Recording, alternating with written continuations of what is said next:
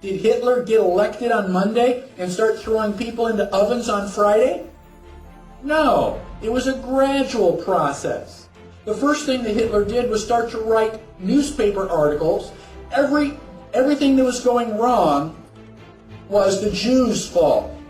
They're the ones that caused all these problems. Did the Jews write their own newspaper articles and go, I disagree? Well, not that I can think of. I've never read any newspaper articles that, contradicted any of that. So then the Jews had to wear the Star of David so that we can tell who you are. Did they say, no, that's a violation of my privacy. I don't have to tell you whether, I'm Jewish or not. No, the Jews decided, well, it's a religious symbol. We love God. We should be proud to wear the Star of David. Eventually, the Germans came in and they broke all of the windows in all of the Jewish businesses in one weekend. Saturday night was known as Kristallnacht, which is German for Night of Glass. You couldn't walk up and down the sidewalks because they were filled with glass.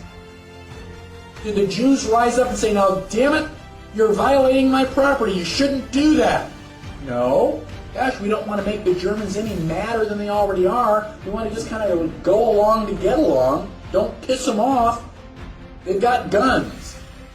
Eventually, the Germans are loading them up into cattle trailers on the train. Where do you think you're going? On vacation?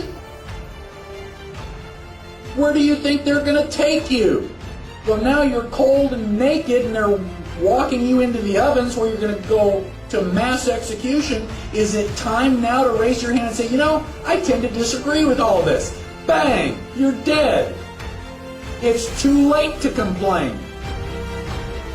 You should have complained at the beginning when you at least had a chance.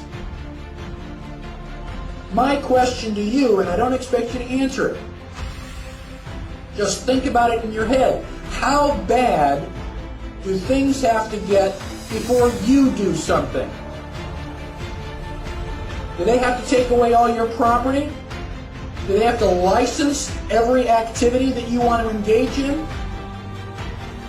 Do they have to be throwing you on cattle cars before you start to say, now wait a minute, I don't think this is a good idea? How long is it going to be before you finally resist and say, no, I will not comply? Period.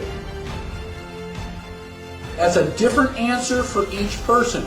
Ask yourself now, because sooner or later you're going to come to that line, and when they cross it, what are you going to say? Well, okay, cross this line. Okay, now cross that line. Okay, now cross this line. And pretty soon you're in a corner. Sooner or later, you've got to draw a line and stand your ground, whether anybody else does or not.